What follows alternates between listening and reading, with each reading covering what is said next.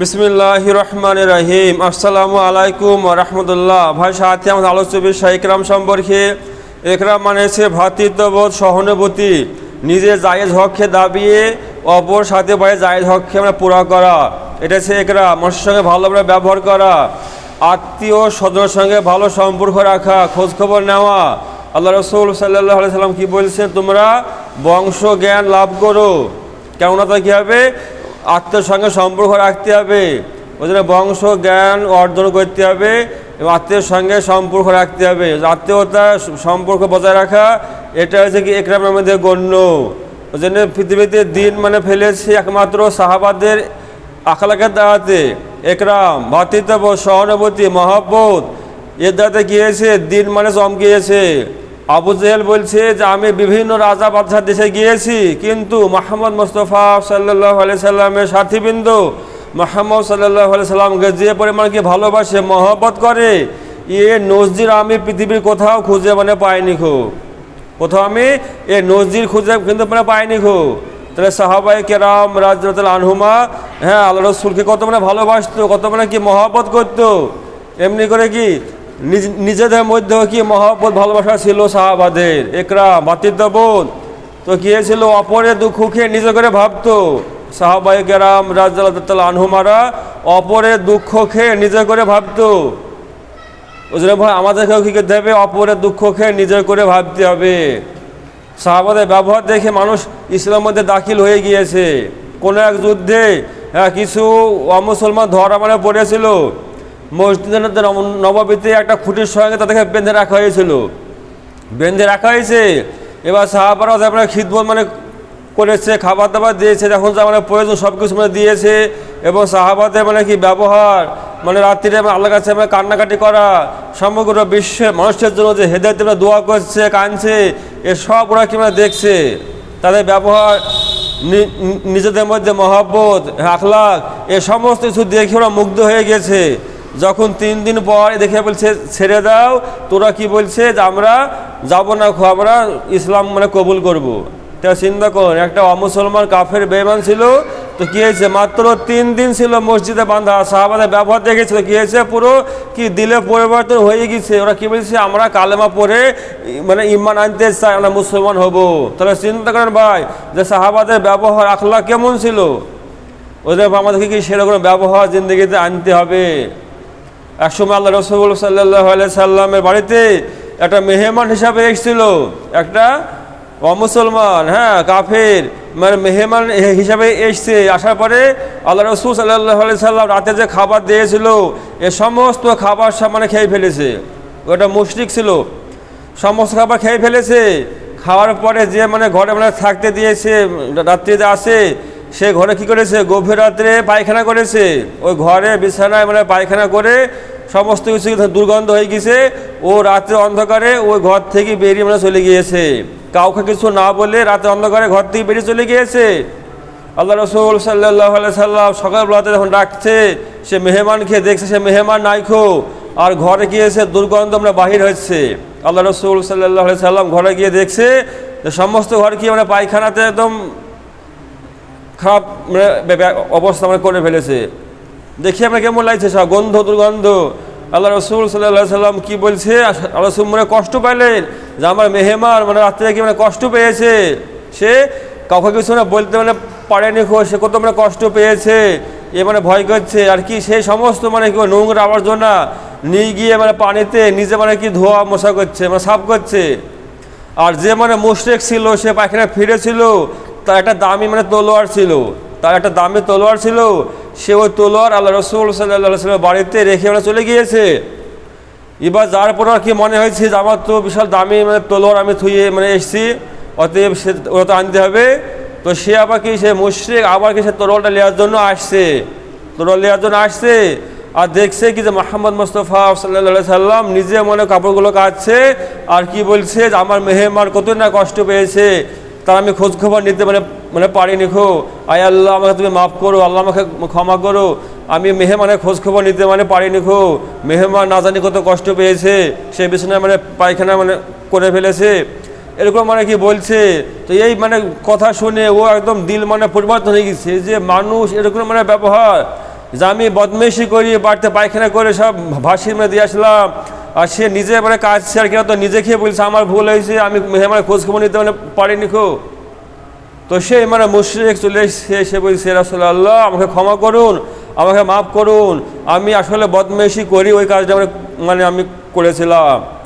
তো সে মুশরিক কী করেছিল, সে হাতে হাত দিয়ে কালেমা পড়ে মুসলমান হয়ে গিয়েছিল। তো ভাই এই ছিল আল্লাহ রাসূল সাল্লাল্লাহু আলাইহি সাল্লামের কি ব্যবহার, আখলাক। তো আমাদেরকে সেরকম আখলাক মানে করতে হবে, আমাদেরকে দিনের জন্য কি ত্যাগ স্বীকার করতে হবে, ত্যাগ স্বীকার করতে হবে, অপরের কষ্ট খেয়ে নিজের করে নিতে হবে, অপরের দুঃখে দুঃখী হইতে হবে। এই যে ভাই একরাম। আর সব থেকে বড় একরাম ভাই কি, সব থেকে বড় একরাম হয়েছে আল্লাহ ভোলা বান্দাকে আল্লাহর সঙ্গে জুড়ে দেওয়া। এটা হচ্ছে ভাই সব থেকে বড় একরাম। মানুষকে আমি হয়তো খাবার দিলাম, ধান চাল দিলাম, কিছু টাকা পয়সা দিলাম, তো এ কী হবে, এ খরচ থেকে দুনিয়াতে সে লাভ পাবে, দুনিয়ায় আমি কিছু দিনের তার উপকার করলাম। কিন্তু ভাই যদি একটা মানুষ কালেমা হারা হয়ে আল্লাহর হুকুম মানে কি সারা হয়ে আল্লাহ সন্তুষ্ট যদি না নেয়, যদি মানে কি আল্লাহ পাকে অসন্তুষ্ট করে মানে মারা যায়, তাহলে ভাই কী হলো, অনন্তকাল সে জাহান্নামের ভয়ঙ্কর আযাবে সে গ্রেপ্তার হয়ে যাবে। তাহলে একটা মানুষের সব থেকে উপকার হয়েছে এটাই যে মানুষকে জাহান্নাম থেকে বাঁচিয়ে জান্নাতে পৌঁছে দেওয়া। এটা হচ্ছে সব থেকে মানে বড় একরাম। আর এই একরাম প্রত্যেকটা জামানার প্রত্যেকটা নবী আলাইহিস সালাম মানে করেছে। মানুষের দাঁড়িয়ে দাঁড়িয়ে বারে বারে গিয়েছে, মানুষকে আল্লাহ দিকে ডেকেছে, আল্লাহর সঙ্গে সম্পর্ক গড়ে দিয়েছে।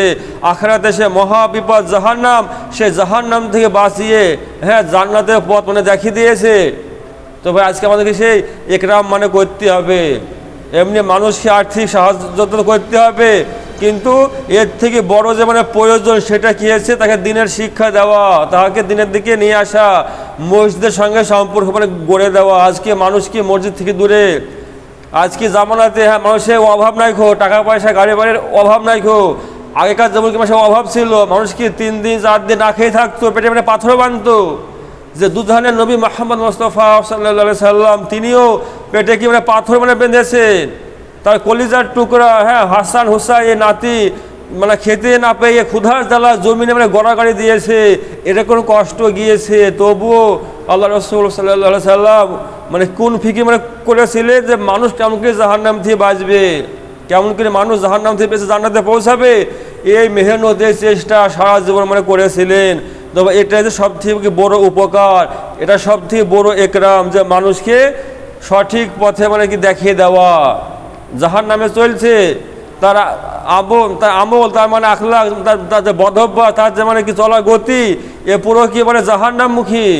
তো এই সমস্ত মানুষকে কাছে গিয়ে বলে মানে বুঝিয়ে বাবা পাশা বলে তাকে কি ভালোর দিকে টেনে নিয়ে আসা, আল্লাহর হুকুমের দিকে কি নিয়ে আসা, আল্লাহ হুকুমের দিকে আমল মানে করিয়ে নেওয়া, জাহান্নাম থেকে বাঁচছে জান্নাতের পথে মানে কি দেখিয়ে দেওয়া। এটা হচ্ছে ভাই সব থেকে বড় একরাম, এটা হচ্ছে সব থেকে বড় একরাম। মানুষের টাকা দেওয়া, খাবার দেওয়া, এটা মানে বড় একরাম নয়। কেননা দুনিয়ার সমস্যা কোনো সমস্যাই না, দুনিয়ার সমস্যা এসে সীমিত। দুনিয়ার সব থেকে কঠিন সমস্যা কি, সে তো মারা যাবে, তা কী হবে, তাহলে তো মৃত্যু হবে। কিন্তু ভাই মৃত্যু দিতে আমাদের জিন্দগি শেষ হবে না, মৃত্যু দিয়ে আমাদের জিন্দগি শুরু হবে আখিরাতের জিন্দগি। আর সে আখিরাতের জিন্দগিতে যদি কি মানে কষ্ট এসে যায়, তো কী হবে, এ কষ্ট ভাই মানে স্থির ও স্থায়ী হয়ে যাবে, অনন্তকালের জন্য কষ্ট ভোগ করতে হবে, এখান থেকে নিষ্কৃতি মানে পাবে না খো। তার জন্য মেহনত কী করতে হবে, এটাই যে মানুষ কেমন করে ওই জাহান্নাম থেকে বেঁচে জান্নাতে মানে পৌঁছে যায়, তার জন্য চেষ্টা, তার জন্য দাওয়া, তার জন্য মেহনত, তার জন্য কি মানে ঘর ছাড়া, তার জন্য মানে 4 মাস বাইরে হওয়া, তার জন্য 3 দিন মানে বাইরে হওয়া, যে মানুষকে কেমন করে ওই মহাবিপদ জাহান্নাম থেকে বাঁচিয়ে জান্নাতের পথে নিয়ে আসা যায়। এটা ভাই সে মেহনত, এটা হচ্ছে সব থেকে বড় একরাম, এটা হচ্ছে সব থেকে বড় একরাম। একজন মানুষ সাঁতার জানে না খো, পানিতে সে ডুবছে, সে পানিতে আমি ডুবে যাচ্ছে, সাঁতার সে জানেনি খো। তো ওই মানুষকে যদি আমি এখন যাই গুচ্ছে মানে টাকা দিই, তাহলে এটাকে উপকার মনে করা হবে কি, এটার উপকার করা হবে না। কিছু কিছু লোক গিয়ে কি বললো যে তোমাকে আমি এলাকার বাদশা মানে বানিয়ে দিলাম, তোমাকে দেখে আমি এখন আমরা সকলে বাদশা বলে মানবো, তোমার কোনো লাভ হবে ভাই, ওর কোনো লাভ হবে না। কেউ যদি এক বস্তা মানে ধান দেয় বা এক বস্তা মানে চাল দেয়, তবু আর কিন্তু লাভ হবে না, কি ওর আরও বেশি কেউ ডুবে মানে মারা যাবে। কেউ যদি ওই অবস্থা মানে বিরিয়ানি পোলাও মানে খাবার দেয়, তবু কী হবে, ও মানে কি মারা যাবে, ওর মৃত্যুটা মানে তাড়াতাড়ি হবে। কেননা ও তো মানে হাউডুবু খেলছে, ও পানিতে ডুবে যাচ্ছে, সাঁতার আমরা শিখে নিখো, ও তো মারা যাচ্ছে। এখন যদি ওই সময় আমি কি দুনিয়ার কোনো সম্পদ দিই, তো কী হবে, ওটা ওর ক্ষতির কারণ হবে। তো সবথেকে বড় মানে উপকার মানে কী হবে, যে ওকে ওখান থেকে কি হাত ধরে উঠিয়ে নিয়ে আসতে হবে। যে মানুষটা ডুবছে সে মানুষটাকে কী করতে হবে, ও পানির থেকে ধরে উঠিয়ে নিয়ে আসতে হবে। এটা কি সবথেকে বড় একরাম। ওই মানুষটার জন্য সবথেকে বড় একরাম কি, যে ওকে ওখান থেকে উঠিয়ে নিয়ে আসা। এবার তুমি ওকে চিকিৎসা দাও, ধান চাল দাও, গম দাও, টাকা দাও, এর উপকার হবে। কিন্তু পানিতে ডুবছে এমন অবস্থা তুমি যাই দাও না কেন, ও কিন্তু আরও ক্ষতি হবে ওর। তবে অনুরূপভাবে, ঠিক অনুরূপভাবে আজকে মানুষ কি দুনিয়াতে মানে ডুবছে, আল্লাহকে ভুলে গেছে, জিন্দিতে নামাজ নাই খো, রসুলের নাম মানে জানে না খো, কালেমা পড়তে মানে পারে না খো, গাথা বন্ধ দুনিয়াতে খাটছে, দুনিয়াতে মানে ডুবে গিয়েছে। এমতো অবস্থা কি ও পুরো কি জাহান্নামের পথে ছুটছে। এমতো অবস্থা হচ্ছে আমি দুনিয়ার সম্পদ দিতে কী হবে, ও দুনিয়ার সম্পদ পেয়েও কী হবে, ও খারাপ জায়গায় আপনার লাগাবে, আরও কি ওর আরও ধ্বংস হবে, তাড়াতাড়ি হয়ে যাবে। ওই জন্য ভাই আমাদের সবথেকে বড় উপকার মানে কী হবে, যে ওই মানুষটাকে কি ডেকে নিয়ে এসে মসজিদে বসিয়ে রাখে, দিনে কথাবার্তা মানে বলা, বুঝানো, আখিরাত সম্পর্কে কি সষ্টির ধারণা মানে পেশ করা, ওকে কি দিনের সহি বুঝ দেওয়া, দিনের শিক্ষা দেওয়া, ওকে নামাজ মানে বানানো, দিনদার মানে বানানো। এরপর ওকে কি দুনিয়ার যদি সামান দেওয়া যায়, ও উপকার হবে, ওর লাভ হবে। নাহলে কী হবে, ও কিন্তু বরবাদ হবে, আরও ধ্বংস হবে কিনা। ওই জন্য ভাই আমাদের এখন যা পরিস্থিতিটা বর্তমান অবস্থা, এখন মানুষকে যে মানে টাকা দিলাম, ধান দিলাম, চাল দিলাম, এটা মানে যথেষ্ট নয়, এটা বড় উপকার নয়।